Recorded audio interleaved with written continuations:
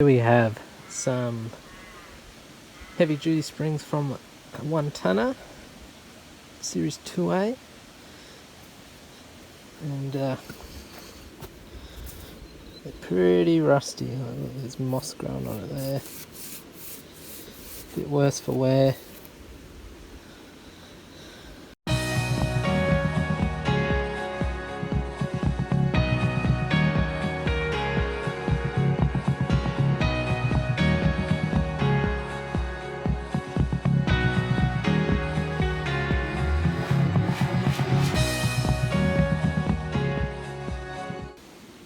I'm not going to rust bust these, not going to sandblast them or treat them with any normal rust buster additive.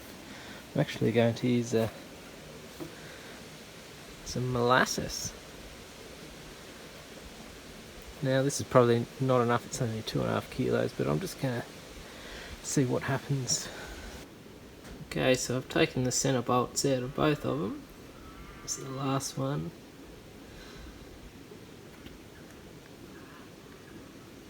So with this molasses, you really need to get contact with everything. So I've just taken the centre bolts out to get the molasses into all the grooves and everything. And if it works well, I'll take all the leaves apart and put them in individually, and we'll go from there. So this is pretty easy kind of setup. Just got a 44-gallon drum from Cowtex. I usually give them away. We can just find them at a tip shop for cheap, or anywhere at a tip really.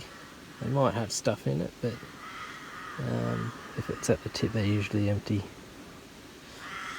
So I've just propped it up against the shed, got some old star pivots, put them in on an angle and sat them there and put some water in. We'll see how it goes. So we'll just put the molasses in. Okay, so they're in, or half in each.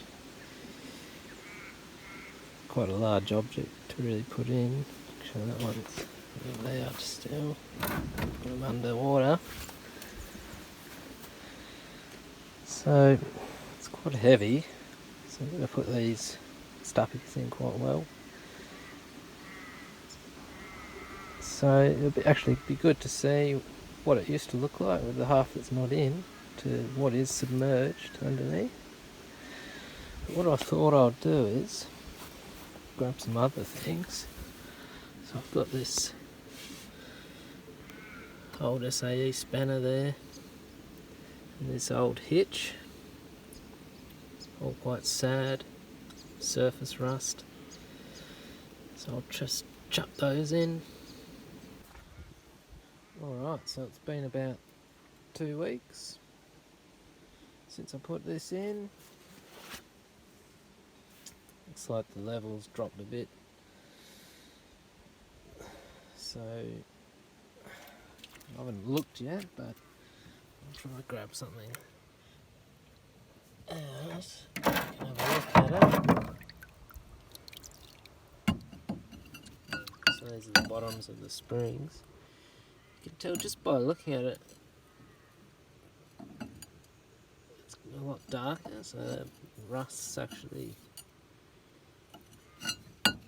disappeared. Okay, so I've pulled the springs out of the molasses bath, and because these heavy duty springs are quite big and won't fit in the 44-gallon drum completely, it was actually quite interesting to see the difference, because I could only put half of it in. You can see this was obviously exposed still, and then these sides were submerged for a full 2 weeks. You can see the colour difference, and I haven't wiped it or anything, but you can really see that the surface rust's come off. So if I get this old rag here and good scrub, because these were bright orange with rust. Take a bit to get. Probably want a good wash with high pressure hose or something. But there's that much rust and grit on there, it's probably just bedded into the actual metal. But look at that, that's a lot better than this. Oh look, that's moss. That, this. Okay, so here it is.